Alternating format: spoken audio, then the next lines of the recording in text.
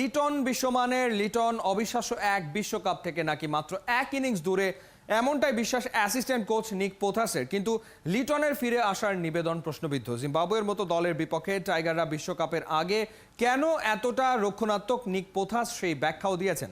চট্টগ্রামে মঙ্গলবার সিরিজের তৃতীয় টি-20, নাহিয়ান বিন জসিমের রিপোর্ট।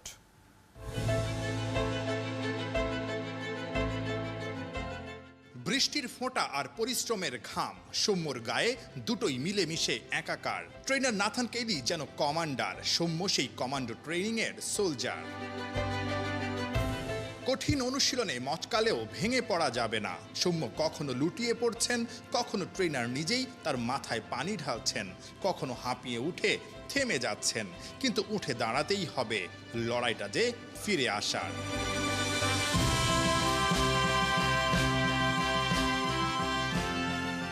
টাইগারদের ঐচ্ছিক অনুশীলনের দিন, অর্থাৎ এমন দিনে আপনি চাইলে অনুশীলন করতে পারবেন, না চাইলে টিম হোটেলে বিশ্রামেও কাটাতে পারবেন। ঠিক এমন একটা দিনে সৌম্য সরকার 3 জন কোচকে নিয়ে মোটামুটি একান্তে অনুশীলন করে যাচ্ছেন, ফেরার লড়াইয়ে নেমেছেন। পারভেজ হোসেন ইমন ওপাশে তিনি অনুশীলন করছেন। আকাশে ঝিরিঝিরি বৃষ্টি, এই বৃষ্টির মধ্যেও সবাই মাঠ ছেড়ে চলে গেলেও তারা কিন্তু ঠিকই রয়ে গেছেন, অর্থাৎ তাদের ক্ষুধাটা কিন্তু অনেক প্রবল।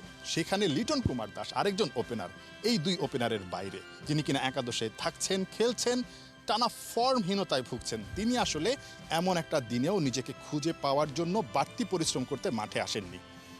বোর্ড প্রেসিডেন্ট তাগাদা দিচ্ছেন কোচিং স্টাফদের, ক্রিকেট অপারেশনসের চেয়ারম্যানকে, যে কিভাবে আসলে লিটন কুমার দাসকে বেশি বেশি প্র্যাকটিস করিয়ে ফর্মে ফেরানো যায়। কিন্তু সেই তাগাদাটা বা সেই তাগিদটা কিন্তু আসলে লিটন কুমার দাসের মধ্যে নেই। এই কয়েকদিনের মধ্যে, অর্থাৎ 5 দিনের মধ্যে লিটন কুমার দাস মাত্র একদিন প্র্যাকটিস করেছেন। নিবেদনটা, সেই নিবেদনের অভাবটা কিন্তু অনেকটাই পরিষ্কার। লিটন কবে ফিরবে? অ্যাসিস্ট্যান্ট কোচ নিক পোথাস কি বলছেন? আমার মনে হয় এটা আপনাদের দৃষ্টিভঙ্গি। সে বিশ্বমানের ক্রিকেটার, অবিশ্বাস্য বিশ্বকাপ থেকে সে মাত্র এক ইনিংস দূরে আছে। কোনো সন্দেহ নেই লিটন দাস অনেক রান করবে। নিক পোথাস বলছেন লিটন অবিশ্বাস্য বিশ্বকাপ থেকে নাকি মাত্র এক ইনিংস দূরে। কিন্তু সেই সোনার হরিণ ইনিংসটা খুঁজতে নিজেকে লিটন কি সৌম্যর মতো করে প্রস্তুত করতে পারছে? কঠিন ট্রেনিং শেষ করে হাসি মুখে সৌম্য ফিরে গেছেন। ফিরে আসার জন্যে পরিশ্রম কখনো বৃথা যায় না, কখনো কখনো ভাগ্যটাই যে ঘুরিয়ে দেয় প্রবল চেষ্টা।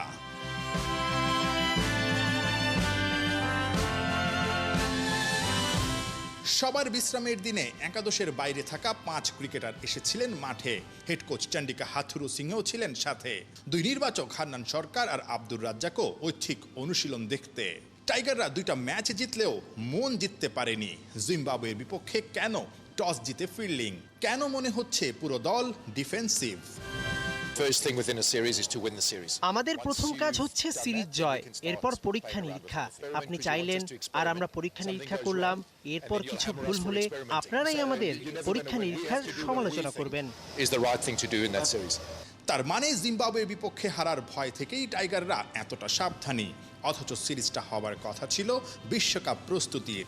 সেই গর্জনটাও শোনা যাচ্ছিল খুব বেশি, কিন্তু যত গর্জেছে তত বর্ষেনি। কিন্তু সাগরিকার আকাশে গর্জনের মতো বর্ষণ চলছেই।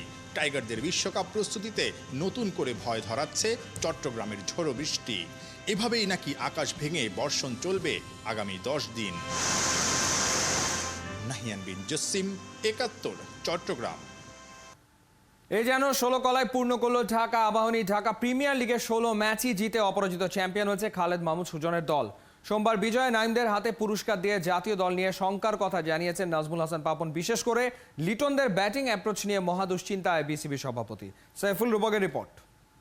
আজ কিন্তু একেবারে মনে হচ্ছে যে বিধ্বংসী, ব্যাটিংটা ভালো লাগেনি। আর এই সমস্ত নেগেটিভ কথাবার্তা কিছুই শুনতে ভালো লাগে না, এমনি মনটা খারাপ। বোলিং ইউনিটকে ফুল মার্কস দিচ্ছেন বোর্ড সভাপতির যত দুশ্চিন্তা টাইগার ব্যাটারদের নিয়ে। জিম্বাবুয়ের বিপক্ষে ইন্টেন্টের ঘাটতি, আইপিএলে নানান দেশের উইলোবাজরা ঝড় তুলছে, আর ঘরের মাঠে লিটন শান্তরা তাল মেলাতে ব্যর্থ হচ্ছে। আত্মবিশ্বাসীন বডি ল্যাঙ্গুয়েজ দেখে হতাশ নাজমুল হাসান পাপন। 2টো ম্যাচ কনভিনসিংলি জিতেছি এগেইনস্ট জিম্বাবুয়ে, এটা যেমন সত্যি ব্যাটিংটা ভালো লাগেনি। ব্যাটিং দেখে খুবই ভয় লাগছে। সো এটা তো মানে এইগুলো হলো এখনকার আলোচনার বিষয়। সাথে সাথে আবার আইপিএল চলছে, আর এইবারের আইপিএল দেখে মানে কিছু বুঝতে পারছি না এটা কি হচ্ছে নাকি। মানে 250-60 করলেও বলে জিততে পারে না। আর আমরা কি করছি, ওরা যেভাবে খেলছে এই খেলার সাথে একটা বিরাট গ্যাপ, এবং এই গ্যাপটা কিন্তু গতবারও মনে হয়নি, 1 বছর আগেও এরকম মনে হয়নি, এবার যতটা গ্যাপ মনে হচ্ছে। সো চ্যালেঞ্জেস আর দেয়ার, কিন্তু আমি মনে প্রাণে বিশ্বাস করি লিটন দাস তাড়াতাড়ি ফর্মে ফিরে আসুক, এটাই চাই আমরা। আসন্ন টি-20 বিশ্বকাপের টিকিট কাটতে পারেনি জিম্বাবুয়ে, অথচ অমন দুর্বল দলের বিপক্ষে খেলে ফেক কনফিডেন্ট নিয়ে আমেরিকা যাবে বাংলাদেশ। এই সিরিজটা নিয়ে সমালোচনা চারদিকে। কি ভাবছেন বোর্ড সভাপতি? জিম্বাবুয়ের সাথে এই সিরিজটা is not a preparation for the world cup. এইটা আমাদের এফটিপির খেলা, আর আমি কি এফটিপির খেলা ওদেরকে পয়েন্ট দিয়ে দিব? So this is number 1। এইটার সাথে এটা কোনো সম্পর্ক নাই। আর ইউএসএতে গিয়ে আমরা ইউএসএতে খেলতে চাচ্ছি ওদের কন্ডিশনের সাথে অ্যাডজাস্ট করার জন্য, ঠিক আছে? উইকেট কন্ডিশন, আবহাওয়া সব কিছুতে অ্যাডজাস্ট হওয়ার জন্য।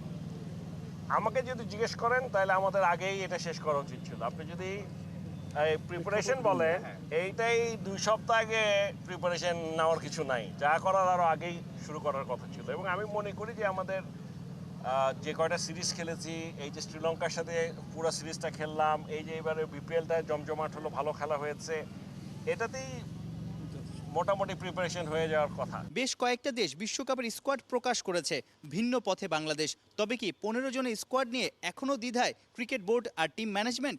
আমার কাছ থেকে কোনো সইটই নেয় নাই, এগুলো সব ভুল ধারণা।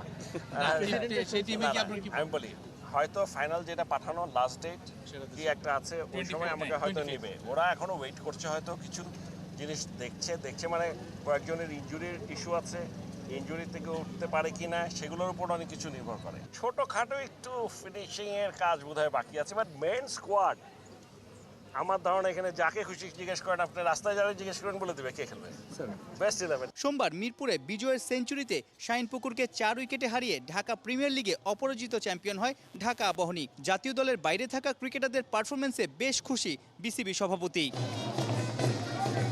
সাইফুর রূপক, 71।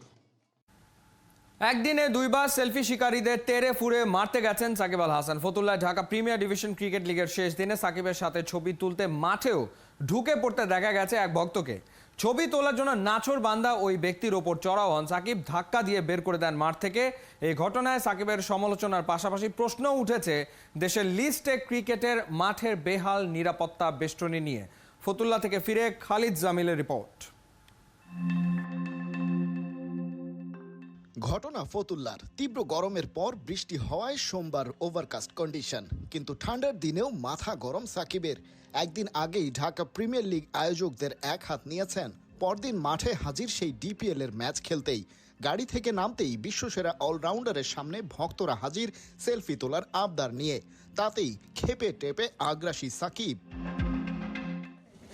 এরপর যখন মাঠে ঢুকেছেন মেজাজ ঠান্ডাই মনে হলো। গুরু সালাউদ্দিনের সাথে প্রি ম্যাচ ডিসকাশন সেরে নিচ্ছিলেন, কিন্তু সেখানেও ভক্তদের উৎপাত। নারায়ণগঞ্জের সাধারণ মানুষ তো আর চাইলেই বিশ্বসেরা অলরাউন্ডারকে কাছে পায় না। বারবার না করলেও সে নাছোড় বান্দা, তাতেই ধৈর্যচ্যুতি সাকিব। তেড়ে ফুড়ে মারতে গেলেন, বের করে দিলেন মাঠ থেকে। সাধারণ মানুষের সাকিবের প্রতি ফ্যাসিনেশন থাকবেই, সুযোগ বুঝে ধারে কাছে ঘেঁষবে, সেটাই তো স্বাভাবিক। কিন্তু এই ঘটনা থেকে প্রশ্ন নতুন করে উঠছে যে মাঠে চলছে দেশের সর্বোচ্চ লেভেলের ঘরোয়া ক্রিকেট। সাকিব ছাড়া আছেন তামিম, মুশফিকের মতো ক্রিকেটার যারা কেবল জাতীয় নন বরং গ্লোবাল সুপারস্টার। সেই মাঠে কিভাবে সাধারণ ভক্ত ঢুকে পড়ে এবং কোনো বাধা ছাড়াই ঢুকে যায় ক্রিকেটার পর্যন্ত, তাকে ঠেকানোর নেই কেউ। কে ঢুকছে, কেন ঢুকছে, নেই তার ঠিক ঠিকানাও। খেলোয়াড়দের নিরাপত্তা নিশ্চিতের কাজটা সিসিডিএম বা বিসিবির কাছ থেকে যেন নিজেই বুঝে নিয়েছেন শেখ জামালের তারকা অলরাউন্ডার সাকিব আল হাসান। এই সিসিডিএম এর বিভিন্ন সিদ্ধান্তের এবং অব্যবস্থাপনা নিয়ে সরাসরি সমালোচনা করার পর যেন হাতে কলমে দেখিয়ে দিলেন আয়োজকদের অন্যতম এক অসঙ্গতি। স্টেডিয়ামের এক্সিট গেটে এত মানুষের ভিড়, সেখান দিয়ে ক্রিকেটারদের ব্যক্তিগত গাড়িতে উঠতে রীতিমতো হতে হয় নাজেহাল। 50 ওভারের ক্রিকেট শেষে শেষ বিকেলে এমন শত শত মানুষের সেলফি তোলার আবদার মেটানো তো সম্ভব নয়। এসব দেখে এখন সাকিবের আগ্রাসী মনোভাবের সমালোচনা করবেন নাকি বোর্ডের অব্যবস্থাপনা নিয়ে কথা বলবেন, সেটা আপনার সিদ্ধান্ত।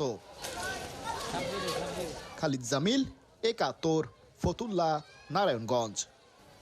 দলের প্লে অফে যাওয়ার কোনো চান্স নেই, তবু মহা সমারোহে মুম্বাই ইন্ডিয়ান্সের সমর্থকরা উদযাপন করছে ইন্ডিয়ান প্রিমিয়ার লিগ। আইপিএলে 5 বারের চ্যাম্পিয়ন দলটা চলতি আসরে একদম তলানিতে। প্রিয় দলের বিপর্যয়ে সমর্থন দিয়ে যাচ্ছে নিয়মিত। ভালোবাসার প্রতিদান হিসেবে একটা সেলফি কিংবা অটোগ্রাফের আবদার ক্রিকেটাররা মেটান হাসি মুখে। ভারতের মুম্বাই থেকে অনুপ বাপির পাঠানো রিপোর্ট। चला जिसका हो गया वो बाजू हो जाओ, सब हो गया, चलो बाजू हो जाओ। Stan happy. It was so fun meeting you, Stan. I got his sign on the jersey. We saw Mr. Malingam. কোনো ভক্তের একটা অটোগ্রাফ কিংবা সেলফির আবদারে কমই বিরক্ত হন ভারতের ক্রিকেটাররা। তাদের ভালোই জানা, সমর্থকদের জন্যই তো আজ তারা তারকা। মিলছে ভালোবাসা। প্রিয় ক্রিকেটারের একটু সান্নিধ্যে আসা, একটা সেলফি কিংবা অটোগ্রাফের আবদার তো চাইলেই মেটানো যায়। ভারতের মতো বিশাল জনসংখ্যার ক্রিকেট পাগল দেশে এটা তো অনেক বেশিই ঘটে রোহিত, ঈশান কিষানদের মতো ক্রিকেটারদের সাথে।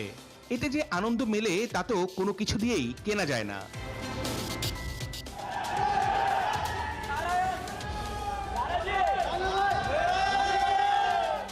মাঠে ক্রিকেটের লড়াই, বাইরে নানা আয়োজন। মুম্বাইয়ের ম্যাচের দিনেই সবাই এখন স্টেডিয়ামে। কে বলবে এই দলটার আর কোনো সম্ভাবনাই বেঁচে নেই আইপিএলের প্লে অফ খেলার? 11 ম্যাচে মাত্র 3 জয়ে তলানিতে পান্ডিয়া, রোহিত শর্মার মুম্বাই ইন্ডিয়ান্স। তবুও সমর্থকরা নাচ, গান, হই হুল্লোড়ের মধ্য দিয়ে দারুণভাবে উপভোগ করছে আইপিএলের সময়টা। নতুন মৌসুম মানেই নতুন শুরু। মুম্বাইয়ের ম্যাচকে ঘিরে তাই ফ্যানদের থাকে নানা আয়োজন। খেলা শুরু হওয়ার 2 ঘন্টা আগে থেকেই দল বেঁধে মাঠে হাজির হওয়া, স্টেডিয়ামকে রাঙিয়ে তোলা গল্প আড্ডায়। সময়টাকে যে যার মতো করে উপভোগ করা।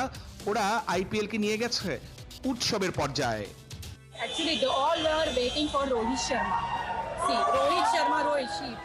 See, many people are still you can hear still they are waiting for Rohit Sharma, right? So all are hoping that Rohit Sharma car will come and all will just wait and they will click pictures with them. So this craziness will be there throughout this IPL. আইপিএলে Mumbai Indians 5 বারের champion. অতীতের সুখকে মনে রেখেই ওরা হয়েছে পার সমর্থক। দলের বিপর্যয়ে কেউ ছেড়ে যায়নি। টিম বাসের সামনে এই অপেক্ষা প্রতিদিনের ঘটনা। এবার হয়নি, আগামীতে হবে। সমর্থকদের এই আত্মবিশ্বাসী তো ক্রিকেটারদের মনোবল বাড়াবে। He matters that Mumbai Indians for us. It doesn't matter like he loses or wins the match. We support Mumbai Indians anyhow. প্রতিপক্ষ যারাই হোক, নিজের পছন্দের দলের ম্যাচটা দেখার জন্য দীর্ঘ লাইন পাড়ি দিতে হয়, তবুও নেই কোনো আক্ষেপ। ওদের খেলাটা মন প্রাণ ভরে উপভোগ করা চাই। হোম টিমের সমর্থকদের জন্য কত আয়োজন ওয়াংখেড়ে স্টেডিয়াম জুড়ে। অর্ণব বাপি, 71, মুম্বাই, ভারত। বাফুফেতে অমানিশা নির্বাচনের আগে কারা করছে ভোটার বাড়ানোর পায়তারা। ফিফার পরামর্শ মানছে না, একজন নিয়ম চালু করে আর একজন মানে না, অনেকে আবার জানেই না। কেন এই সমন্বয়হীনতা আর সিদ্ধান্ত নেই বা কারা? মেহেদী নাইম জানাচ্ছেন বিস্তারিত। কি হচ্ছে বাফুফেতে? এক ঘরের খবর আরেক ঘরের মানুষ জানে না, একজন নিয়ম চালু করে আরেকজন মানে না, অনেকেই আবার জানেই না। সাম্প্রতিক সময়ে গুরুত্বপূর্ণ বেশ কটি বিষয় নিয়ে সমন্বয়হীনতা চোখে পড়েছে। প্রিমিয়ার লিগের বাইলজ অনুযায়ী টেবিলের সবচেয়ে কম পয়েন্ট থাকা 2টি দল রেলিগেশনে বাদ যাবে, আর 2টি দল বিসিএল থেকে বিপিএলে উন্নীত হবে। কিন্তু লিগের একদম শেষে হঠাৎ মিটিং করে জানায় একটি দল বাদ যাবে। কোনো নির্দিষ্ট দলকে সেভ করতেই কি এমন সিদ্ধান্ত? তাহলে একই কারণে কেন গেলবার ঐতিহ্যবাহী মুক্তিযোদ্ধা সংসদকে রাখা হলো না? এমন সিদ্ধান্ত নেবার আগে স্বয়ং লিগ কমিটির চেয়ারম্যান ইমরুল হাসানকে কি জানানো হয়েছিল? আমি ব্যক্তিগতভাবে এটা বিপক্ষে। কেন বিপক্ষ? কারণ শেষ দিকে এসে বাইলস পরিবর্তন পক্ষে আমি নই। ইমার্জেন্সি মিটিংয়ে তারা এটা করতে পারবে, যে করে থাকে এটা আসলে নিয়ম ভঙ্গের কাজ করতেছে। এটা সত্যিকার অর্থে প্রতিবাদ করা উচিত। কোনো একটা টিমকে আসলে সুবিধা দেওয়ার জন্য কি এটা করলো? বলতে দ্বিধা নেই, অন্য যদি কোনো টিম থাকতো, বড় টিম থাকতো, তাহলে ঠিকই রেলিগেশন ঠিক করে দিত, তাহলে তারা এই নিয়মটা করতো না। তাহলে নারী লিগে অংশ নেওয়া ক্লাবগুলো থেকে 4টিকে কাউন্সিলর বানাতে বাফুফের একটি অংশ উঠে পড়ে লেগেছে। নির্বাচনে ঠিক আগ দিয়ে এটা পাশ করিয়ে নিতেই নাকি 29 জুন তড়িঘড়ি করে এজিএম ডেকেছে, যেটাতে অমত বাফুফের অনেক শীর্ষ কর্তার। কার উদ্দেশ্যে হাসিলের জন্য নেওয়া হচ্ছে এমন সিদ্ধান্ত? নারী লীগটা ঠিক মানসম্পন্ন হয় না।